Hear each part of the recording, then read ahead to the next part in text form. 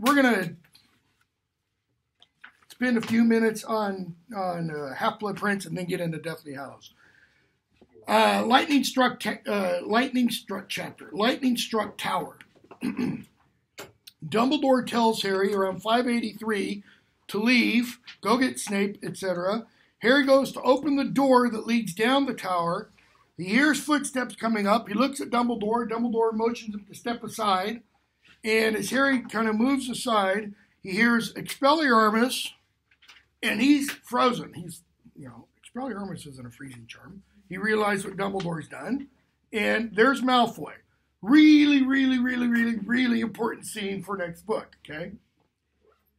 So, Dumbledore proceeds to have a nice, gentlemanly little teacher, headmaster conversation with Malfoy, okay? Malfoy explains how he got the Death Eaters in using the Vanishing Cabinet that Fred and George had stuck Montague in a previous book, okay? What was, like, the extra thing you wanted on the quiz for that? Like how they got him into Hogwarts? He said it was, like, more than the Vanishing Cabinets. I think a wardrobe.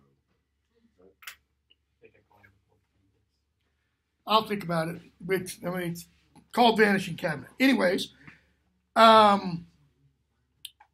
they keep talking, and Malfoy says, that Snape's been trying to help him. And Dumbledore says, Snape's been acting on my orders. This is, 187 or so. 580. 3, 4, 5, 6. Yeah, 587, 588. He says he's been acting on my orders. Of course, that's what he would tell you. Draco, he's a double agent, you stupid old man. Well, we must agree to differ on that, Draco. It so happens that I trust Professor Snape. So what did Snape agree to do with Narcissa? Kill Dumbledore. If Draco couldn't do it, kill Dumbledore. Okay? And it's an unbreakable vow. So if he doesn't kill Dumbledore, he dies as a result of that. Okay? So, cut to the chase. Dumbledore keeps talking about Draco being at his mercy and such. Snape and the others come up. There stood Snape, last page. His wand clutched in his hand as his black eye swept the scene from Dumbledore slumped against the wall to the 4 Death Eaters, the werewolf Malfoy. Severus. The sound frightened Harry beyond anything he had experienced. For the first time, Dumbledore was pleading. Snape said nothing. The 3 Death Eaters fall back out of the way. They're kind of like, this is his, coup de grace. Snape gazed for a moment at Dumbledore. There was revulsion and hatred etched in the harsh lines of his face. Whose perspective is that? Harry's. That's Harry's perspective. Severus, please. Snape raises his wand. Avada Kedavra. Jet of green light. And for the first time ever in the series, previous books, and it applies to the next book as well. When Dumbledore gets hit with Avada Kedavra, what happens to him? Okay, he's leaning against the wall, right? Because he has slid down. So he might actually be sitting because he's weakened. Avada Kedavra, and what happens? He suddenly goes flying through the air over, so he's had to go up and over the parapet. Okay? If you've never been to a castle before, parapets are usually, I'm about 5'10", they're about that high. Why? Because they're shaped like this, so they have a little part here so you can look through, shoot an arrow out, throw a rock at, pour boiling oil out, and then hide behind the big stone thing again. He has to go up and over that and fall. When Cedric gets hit with Avada Kedavra, what happens? He falls down dead right there. When Moody does it to the spider, okay? Every other instance, they just fall down dead. They're spread-eagled, usually, but that's it. When this book first came out, there was all kinds of stuff on the internet about maybe he's not really dead. Maybe this is Dumbledore showing us by the fact that he's blasted over the roof that he's not really dead, that he adds this kind of special effect to make it that much more powerful. Of course, it wasn't true. So, Flight of the Prince. Harry goes after Snape. And what does Harry call him? Coward. Coward. Why is that significant? Why is it worth, 2 points on the quiz? Because we're going to hear at the end of the next book, Dumbledore's going to say what about Snape? And then Harry's going to say it too. Bravest man I ever met. What's Snape been doing, as far as we know, leave Dumbledore's death out for a moment. What's Snape been doing since the end of book 4? Serving Voldemort, but under Dumbledore's orders. Spying on Voldemort. Practicing occlumency against Voldemort. And what does Voldemort always say when he has his group around him? I know what I'm being lied to. He says, don't lie to me. The Dark Lord always, because he speaks in third person to him about himself. It's not I, it's the Dark Lord. I know when I'm being lied to, etc. Okay? So, what else does Harry do? Uses his own curse. He uses Sectum Sempra again. How dare you use my own... What? My own curse. Wait. You can't be. What's that do? It's like make you bleed from your... Yeah. Sectum, if I remember right, is Latin for the chest or something like that. And so it, rips his chest. So when he got Malfoy in the bathroom, I mean, that was a deadly wound. If Snape or Madame Pomfrey hadn't got to him quickly enough. Okay? But notice, that's when Snape invented. Okay, so that tells you don't mess with Snape. Okay? Why doesn't Snape kill him? He doesn't want to. Without noting anything about Book 7, why doesn't Snape kill him in this book? Voldemort also wants to be the one to kill him. Is it because Voldemort wants to be the one to kill him? Voldemort wanted to be the one to kill him in book 4, definitely. Why? Well, yeah, prophecy. Prophecy doesn't say that the one has to kill the other. It says neither can live while the other survives. Prophecy doesn't say Harry has to kill Voldemort. It's just that if Voldemort lives, Harry can't. If Harry lives, Voldemort can't. Okay, so one of them's got to die. Why does Snape why doesn't he take him with him? Why didn't Snape, stupefy? Carter's, you sorry, you know what, off to Voldemort with them. Well, plot device, Okay, so we go on, and Harry tells everybody what happened. Page 615. Fox is out there in the, ground somewhere, lamenting. 615, Harry says, Snape killed Dumbledore. McGonagall, Snape. We all wondered, but he trusted. Always Snape. I can't believe it. Notice, what did Dumbledore say mere minutes before Snape I trust him? AK'd him, by the way, like AK-47, Avada Kedavra him. I trust him. Okay? Lupin. Yeah, Snape was a highly accomplished occlumens. We always knew that. What does Lupin mean by that? He pulled the wool over Dumbledore's eyes. He could trick Voldemort. Why couldn't he trick Dumbledore?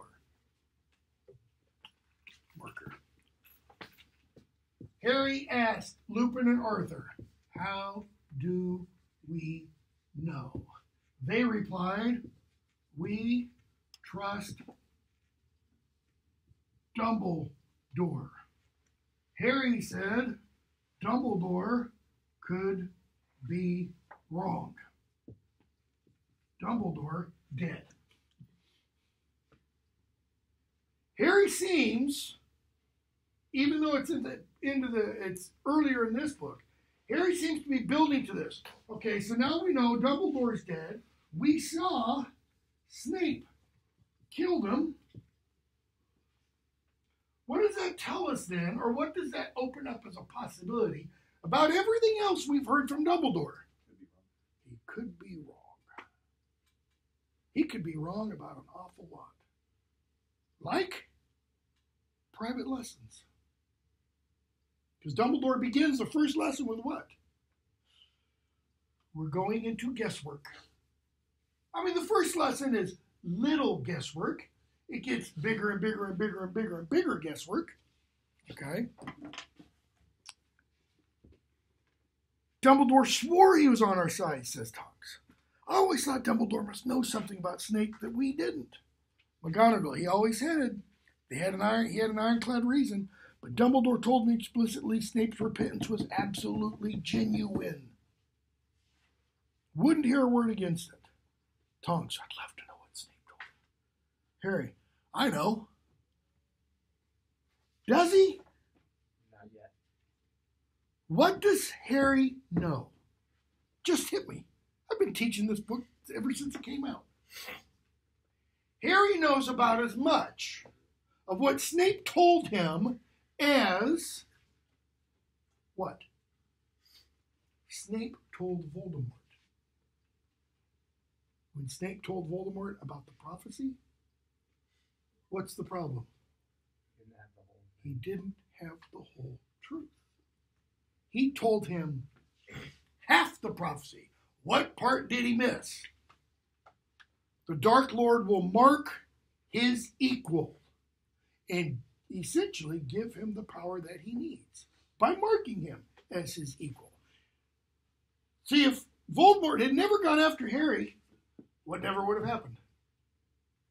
Never would have had opposition. He wouldn't have been able to be killed. If he had the other 6 Horcruxes, he'd have been fine. But he created this monster, so to speak. Harry is behaving exactly like Snape did. He thinks he has all the truth. How much of the truth does he have? It is truth, right? Yes, he did hear. He knows Snape was the one who turned in his parents. Okay? In terms of the prophecy. How much of the truth is that? It's not all of it. What piece is he missing? Well, it's a piece that Harry's going to learn at the end of the next book.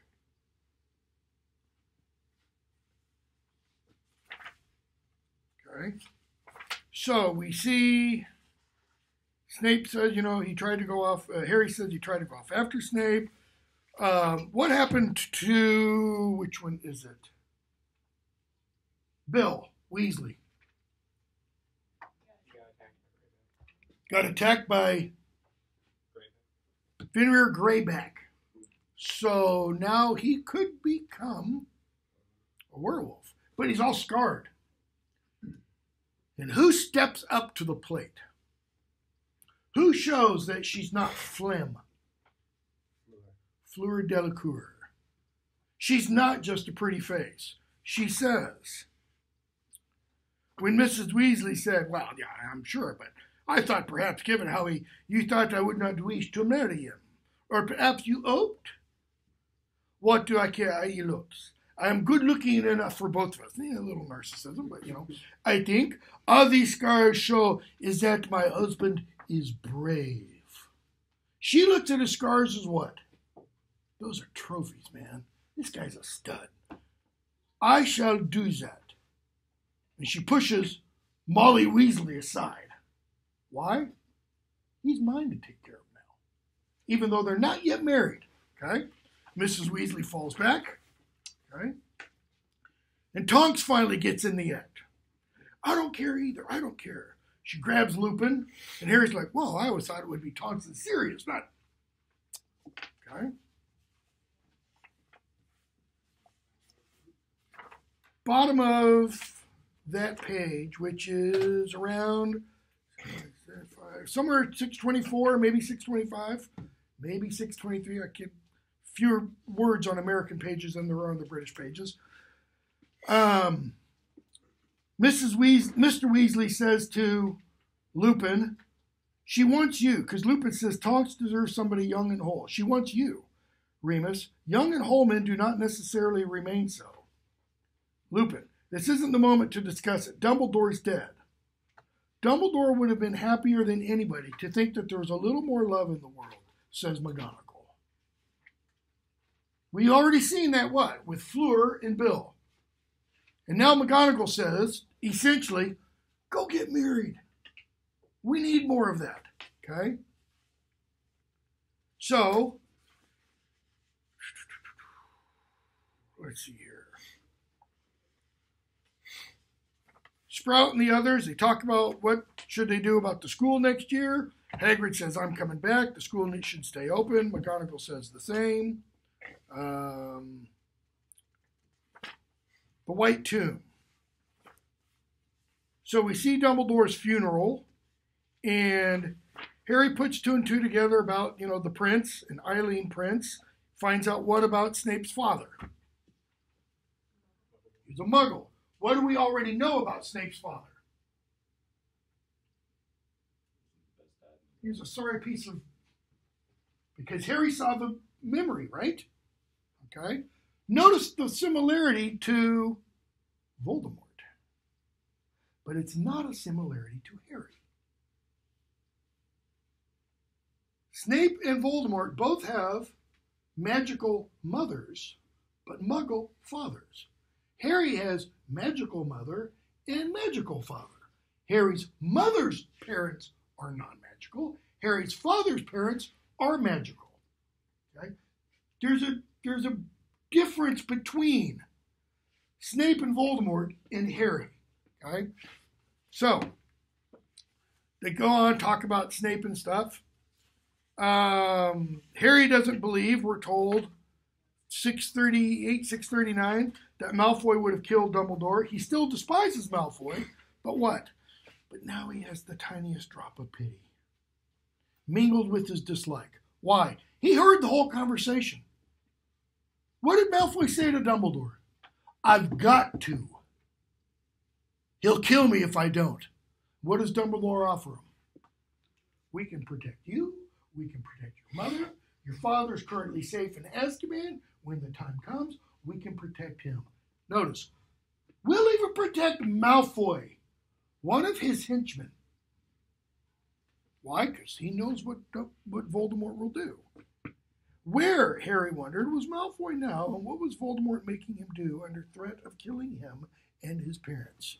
Well, it's an interesting question, because we're going to see early on in the next book, relatively early on in the next book, exactly what use Malfoy is being put to.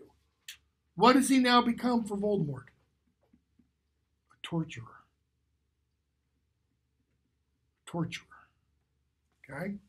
So, we get the burial. I'm going to skip a bunch. And suddenly, just the weight of everything hits Harry. This is 37, 38, 40, somewhere around 644 or so. Then, without warning, it swept over him. The dreadful truth, more completely and undeniably than it had been until now. Dumbledore was dead, gone. He clutches the locket. He looks away from Ginny and the others, stares out over the lake. He sees the centaurs come. The mer people come up. Harry saw them standing quite still, the centaurs, their bows hanging at their sides. You get to the end of that paragraph. It was important, Dumbledore said, to fight and fight again and keep fighting, for only then could evil be kept at bay, though never quite eradicated.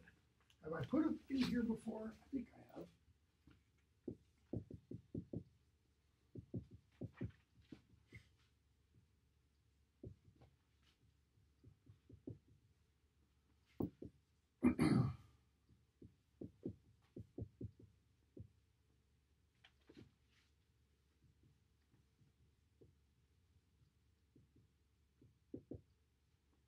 It's variously worded, but that is a statement attributed to Edmund Burke, late 18th, early 19th century British political philosopher.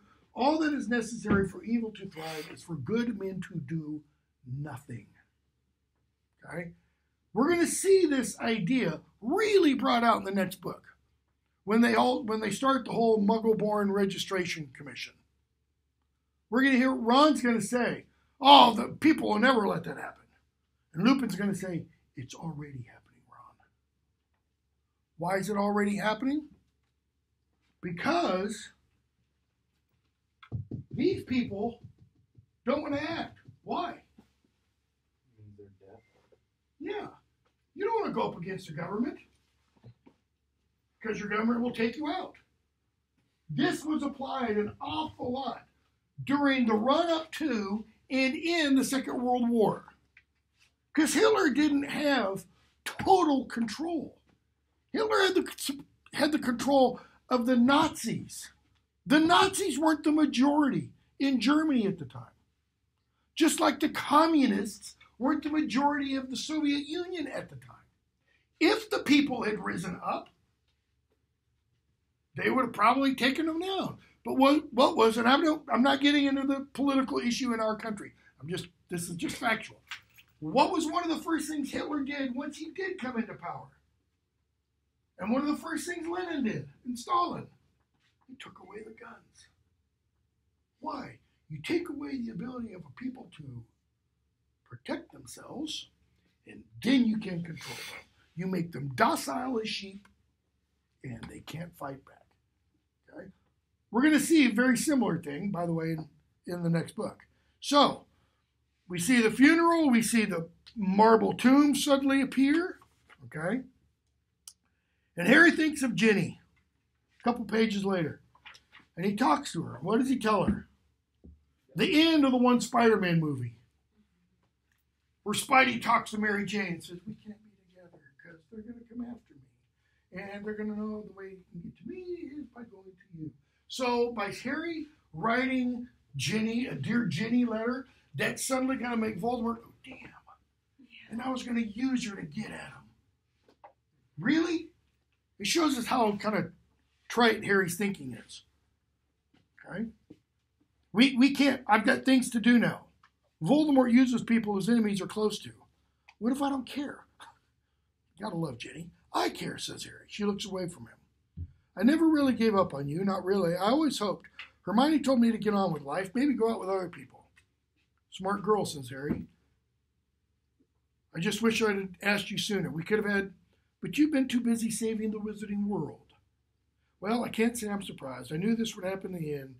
Maybe that's why I like you so much." Ron's holding Hermione, and what does he tell Ron and Hermione? Harry. What's he going to do next year? Is he coming back? Going to get that degree? He's leaving Why?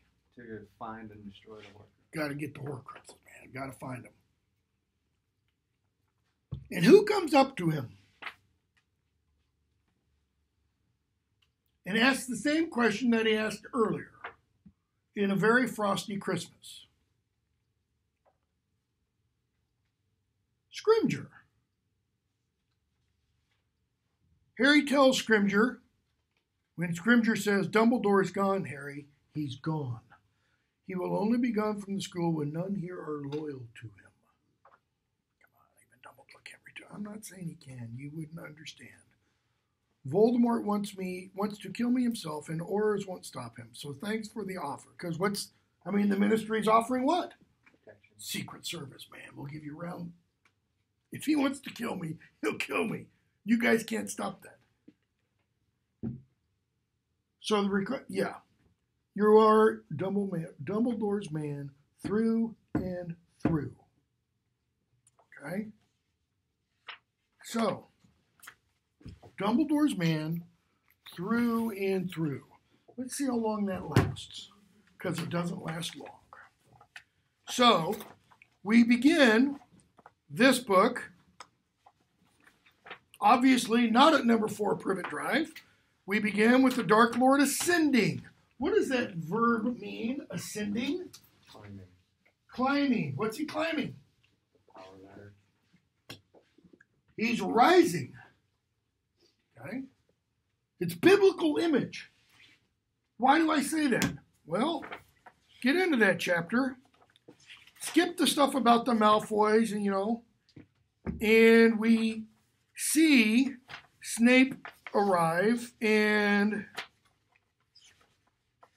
about page, 4 or 5, maybe 6, Voldemort's talking, and he's talking about their plan. Okay, who's the new person in charge of magical law enforcement? Look at this guy's name. Pious Thickness. What does it mean to be pious? Pure. Pure. Religious. Devout. Okay. It means you're a believer. Thickness. Yeah. You don't want to be called thick. Okay. Voldemort, speaking, says it is a start. Because Yaxley's talking about what he's been doing. But Thickness is only one man. Scrimger must be surrounded by our people before I act. One failed attempt on the minister's life will set me back a long way. Why? Scrimger's the one they're after. This guy's just a pawn. So, yes, my lord, that is true. But as you know, as head of the Department of Magical Law Enforcement, Thickness has regular contact not only with the minister himself, but also with the heads of all the other ministry departments. So what do we know already about Thickness? He's in a very good position of power. And he is under an Imperious curse, which Harry learned how to put off at the age of 14. This guy is seemingly, probably, minimum, at least in his late 20s. I would assume he's probably older than that.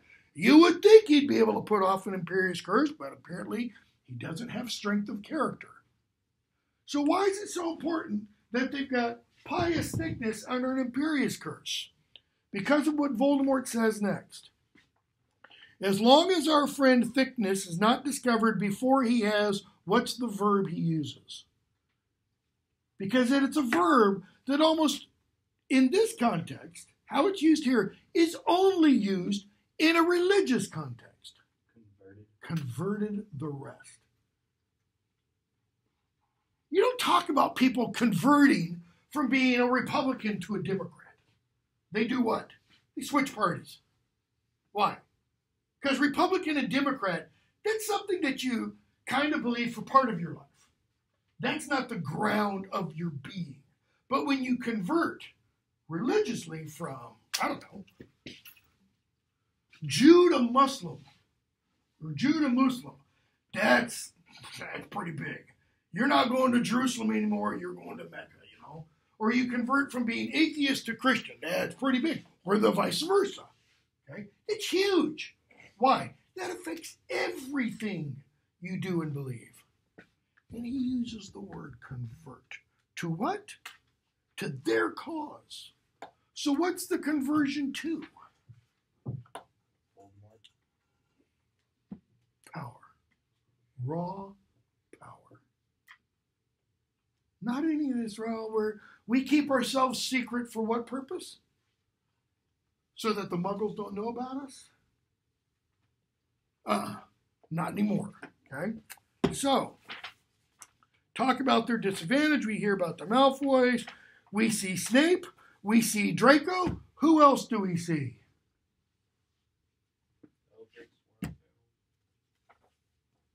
Who is floating in the air up above the dinner table? Charity Burbage, who teaches Muggle studies. Notice her first name. Charity. It means love. Okay. Literally, it means love. It comes from Latin caritas, which is one of the words for love. Eros is romantic love. Caritas is kind of like divine love. Okay? So, she cries out, Severus, please, please. And what happens? Bzz, dinner for Nagini. In Memoriam, chapter 2, Harry's bleeding. Clutching his right hand and his left hand, swearing under his breath, he shouldered open his bedroom door. Crunch of breaking china. He had trodden on a cup of cold tea that had been sitting on the door outside his bedroom door. What the? He looks around. Nobody's there. Possibly the cup of tea was Dudley's idea of a clever booby trap. Keeping his bleeding hand elevated, Harry scrapes the fragments of cup together with the other hand, throws them into the dustbin, goes to the bathroom, run his finger under the tap. Okay. We're told what his room looks like. We're told what's in his trunk. The old pen, Potter stinks, etc. And we see the newspaper, page, whatever the page is, page 15 and following, with an obituary of sorts about Albus Dumbledore by Elphias Doge. Well, we've met Doge before. He was one of those who showed up with the advance guard. Okay, Harry finishes reading it, and we're told he had thought he knew Dumbledore quite well. But ever since reading this obituary, he'd been forced to recognize he'd barely known him at all. Never once had he imagined Dumbledore's childhood or youth. It's like it suddenly sprang into being in front of him. He had never thought to ask Dumbledore about his past. No doubt it would have felt strange, impertinent even. But it had been common knowledge Dumbledore had taken part in that legendary duel with Grindelwald. Harry had not thought about that. So why has this come as a big surprise to him? The Dumbledore he'd always known had been, what we find out at one point, over 100 years old. So whose fault is it that Harry never knew about the Dumbledore pre-100? It's Harry's. But it is impertinent, isn't it? For a 15-year-old or a 16-year-old to ask somebody who's over 100 years old, about his childhood. It's like a kid. It was before your great-grandparents' day, Then we get another little snippet from the news. Albus Dumbledore, The Truth at Last by Rita Skeeter. And we get the long reading of that. Harry gets to the bottom of the article. Revulsion and fury rose in him like vomit. Okay, when vomit rises in you, what's your body telling you? You got to get rid of it, man. It's not healthy. So the revulsion and fury are not healthy. Harry, what's causing this? What he just read. Why? Why does that cause him to feel revulsion and fury?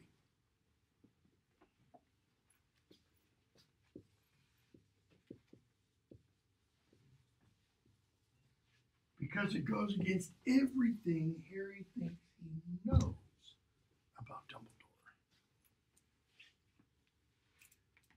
So he begins stomping around his room.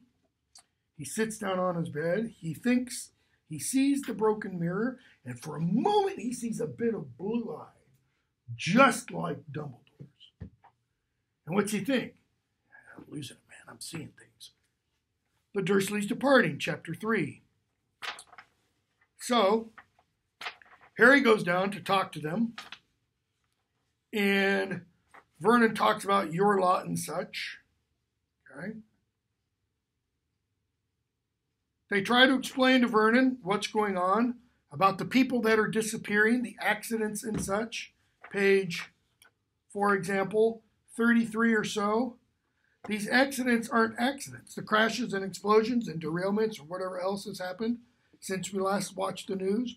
People are disappearing and dying, and he's behind it, Voldemort. I've told you this over and over again. The Dementors are out. You can ask your son. It doesn't like, there's more. Yes, more. Vernon, okay, you've made your point. What's his point? You need to leave. Okay? Harry, don't you understand? They will torture and kill you like they did my parents. Dudley, I'm going with these order people, Dad. I don't want to be tortured and killed. Okay? So, Harry now knows if I got Dudley willing to leave, we're safe. So, they keep talking a little bit, and Hestia Jones says to Daedalus Diggle, perhaps we should wait outside. I'll give Harry a few moments with his family.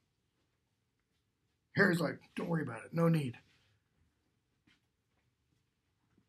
Vernon, well, it's goodbye then, boy. He swings his arm up and then drops it back down. He's not going to actually shake hands. Petunia said, really, did he? Dudley doesn't answer. So Petunia and Vernon are halfway out the door, and Dudley's, planted. I don't understand. Pages 39 and 40. What don't you understand? Why isn't he coming? What? Why isn't he coming too? He doesn't want to. You don't want to, do you, boy? Harry, not the slightest. Well, there you go. Come on, Dudley. They leave. Dudley's planted like a tree. But where's he going to? Surely you know where your nephew's going. Off with your lot. What? Off with our lot? Harry, just let him go. Hestia, doesn't matter? Harry, no, don't. They think I'm a waste of space, actually. But I don't think you're a waste of space. If Harry had not seen Dudley's lips move, he might not have believed it. As it was, he stared at Dudley for several seconds, before accepting that it must have been his cousin who had spoken. For one thing, Dudley had turned red. Harry was embarrassed and astonished himself. Harry's embarrassed because Dudley says, I don't think you're a waste of space. Why, it doesn't make any sense. Why would Harry be embarrassed? Thanks, Dudley. You saved my life. Not really. It was your soul. They're different. He looked curiously at his cousin. They had virtually no contact during this summer or last, as Harry had come back to Privet Drive so briefly, kept to his room. It now dawned on Harry, notice the difference between this and the beginning of the previous chapter. It had now dawned on Harry, however, that the cup of cold tea on which he had trodden that morning might not have been a booby trap at all. So when he opens the door and there's a cup of tea and it's cold, he does what? He interprets that action. Okay? Harry always is interpreting things. He interprets that action and he assumes Dudley's being what? A jerk. Dudley, a jackass. Now, because of Dudley saying, I don't think you're a waste of space, Harry reinterprets his interpretation of that action and thinks what? Maybe he really meant it. Maybe when the cup of tea was placed there, it was hot tea. He was nevertheless quite relieved that Dudley appeared to have exhausted his ability to express his feelings. After opening his mouth once or twice, Dudley subsided into scarlet-faced silence. And Petunia, oh, sweet Dudders, saying thank you. Hestia, he hasn't said thank you. He only said he didn't think Harry was a waste of space. Notice, Hestia interprets Dudley how? She is a literalist. He didn't say anything other than, I don't think you're a waste of space. Harry then corrects Hestia. Harry tells us how he interprets Dudley's, I don't think you're a waste of space. Yeah, but coming from Dudley, that's like I love you. That's why Harry is red in the face. Has Harry ever heard Dudley say, I love you? No, clearly not. Has Harry ever said to Dudley, I love you? No, clearly not. Yeah, but coming from Dudley, that's like I love you, said Harry, torn between annoyance and a desire to laugh as Aunt Petunia continued to clutch at Dudley. He doesn't have the desire to laugh because of what Aunt Petunia is doing. He has the desire to laugh because of what he just said. That Dudley could even express something like, I love you. Okay? Vernon, are we living? Okay? So, Daedalus tells Harry, hope we meet again. Wizarding world, hopes, everything rests on your shoulders. No pressure, kid, but Harry, oh yeah, right, thanks. Hestia says thank you. Okay. They get ready to go. Dudley pries his mother off of him, goes to Harry, who had to repress an urge to threaten him with magic, and Dudley holds out his hand. Blimey, Dudley, said Harry. Did the Dementors blow a different personality into you? Dunno. See you, Harry. What does it mean, blow a different personality? Think of the terminology Voldemort used about thickness. Did the Dementors convert you, Dudley? Not to Voldemort, but if he's had a different personality, a change of personality, he has radically shifted. See you, Harry. Notice, not by. Because by can be what? Final. Final. See you, even though it might also be final, at least says what? Hope to see you next time. I'll see you again. This isn't the end. And then Harry does what? He takes this little, tete-a-tete between himself and his cousin, this little rapprochement, and just amps it up on steroids. How so? Maybe. Take care, Big D. What's he just shown? Forgiveness. Forgiveness? Why does he call him Big D? Keep going. What are Dudley's friends really? What does Harry refer to him as? His gang. What has Harry just said? He wants in the gang. I'm in your gang, man. I'm one of yours, Dudley. He's just done what? He's broken down all those walls that ever existed, and they leave it out of the damn film. Why? I mean, seriously, why leave that out? It's one of the most powerful things in all 7 books. Why leave it out? Why leave out this element that shows a connection between these two? Doesn't make any sense to me unless you're radically altering the overall story. Because what does this show? This shows redemption's possible. This shows connection is possible. Where earlier, it looks like Harry and Dudley will never get along, right? I mean, they'll end up killing each other. And here, nope. It's the connection of the magical and the muggle. The real extreme muggle. Okay? And it gets left out. I think it gets left out with the corresponding scene at the end of the book because it takes away. If you leave this scene out and you leave the offer of redemption to Voldemort out, then it all becomes about revenge. Harry's revenge on Voldemort for killing his parents. You leave these in, and it's not about revenge anymore. It is about redemption, or at least the possibility. Because who do we see, quote unquote, redeemed in? Not, they don't become Christian. I don't mean redeemed that way. I mean redeemed in a sense that somebody has a change of character. Snape? Draco. If this can happen to Dudley, it can happen to somebody else too. It can happen to Draco. Okay? 11, 12. So, they leave. Dudley nearly smiles, lumbers from the room. Petunia, we're told, says, well, goodbye. Harry says goodbye. She stops and looks back. For a moment, Harry had the strangest feeling that she wanted to say something to him. She gave him an odd, tremulous look, seemed to teeter on the edge of speech, and with a little jerk of her head, bustles out of the room. Why? Why doesn't she say anything? And if she had said anything, what would she have said? Good luck? Why does she stop and look back? It's the very same reason somebody's going to look in Harry's eyes later.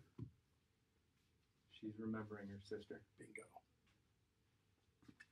When she stops and looks back, she sees Lily and Harry. Just like later in the novel, Snape says, look into my eyes, so that he dies seeing Lily.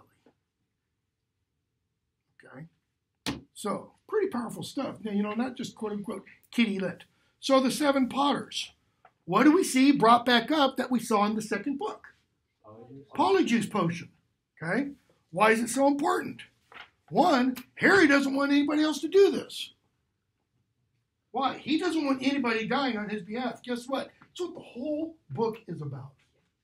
People dying on his behalf so that he finally has to step up to the plate and say, nope, nobody else is going to die on my part. So, they make the Polyjuice Potion. What's it look like? Compare it to Crabbe and Goyle's. It's bright gold. It's gold. Crabbe and Goyle's looks like snot, we're told. In fact, Hermione even says what about it? Ooh, that looks tasty enough to eat.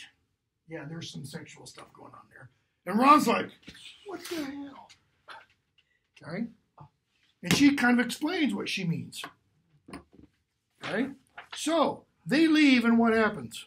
How does Harry leave number 4 Privet Drive? On Sirius's motorcycle. The exact same way he arrived. He arrived as a baby with nothing, no belongings, right? He leaves, but he has some belongings with him. But they don't make it to where he goes. He doesn't arrive with Hedwig, and he doesn't arrive with Hedwig.